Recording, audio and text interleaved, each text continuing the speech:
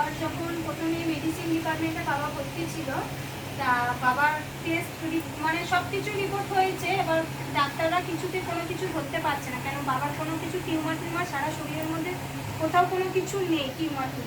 এবার ডাক্তার বলেছিল বায়োপসি করবো, আমরা তারপরে বুঝতে পারবো জিনিসটা কী হয়েছে। তা বায়োপসি করাতে ধরা গেছে যে লাংসের মধ্যে ক্যান্সার আছে। তা ডাক্তারকে আমরা অনেক জিজ্ঞেস করেছিলাম যে কোন স্টেজে আছে। ডাক্তার বললো যে আমরা সেটা কোনো কিছু বলবো না, কোন স্টেজে আছে কেমো নিয়ে, এবার কেমো নিলে যা হবে তা দেখা যাবে। তারপরে ওইখান থেকে কেমো নিয়েছে বাবা, 6টা কেমো নিয়েছে, বেশি কেমো নিতেও হয়নি বাবাকে। এবার রেডিয়েশনও নিতে হয়নি। তা ডাক্তার প্রথমে বলেছিল 6টা নিয়ে দেখবো, তারপরে রিপোর্ট করাবো, তারপরে যদি রিপোর্টে থাকে তারপরে রেডিয়েশন চলবে, তারপরে আবার কেমো চলবে।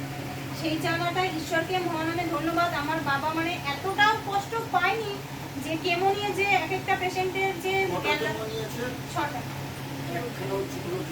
একখানা চুল উঠেনি, তারপরে কোনো একটা যে গায়ে অ্যালার্জি ওষুধের ইনফেকশন কোনো কিচ্ছু হয়নি। ঈশ্বরের এত আশীর্বাদ আছে যে বাবার কাছে, যে বাবার পরেও যারা, বাবার আগেও যারা ভর্তি নিয়ে হয়েছে তারা এখনো পর্যন্ত বলছে যে তোমার বাবা এত তাড়াতাড়ি, মানে আজকেও যে ওষুধ আনতে গেছিলাম সেখানেও একটা কাকু দেখে বলছে যে তোমার বাবা যে এত তাড়াতাড়ি সুস্থ হয়েছে, আমরা সত্যি সেই জায়গাটা আমরা এখনো সুস্থ হতেই পারলাম না। তাই আমি তখন আজকে বলছিলাম, ঈশ্বর আমাকে দিয়ে বলিয়েছে যে বাবা মানে আমি ঈশ্বরের কাছে এসছি শুধুমাত্র লক্ষ্মীদের কাছ থেকে জেনে। আমি অনেকদিন আগেই আসতাম, কিন্তু ঈশ্বর আমাকে ডাকেনি, হয়তো আমি আসতে চাইনি, হয়তো ওই জন্য আসতে পারিনি।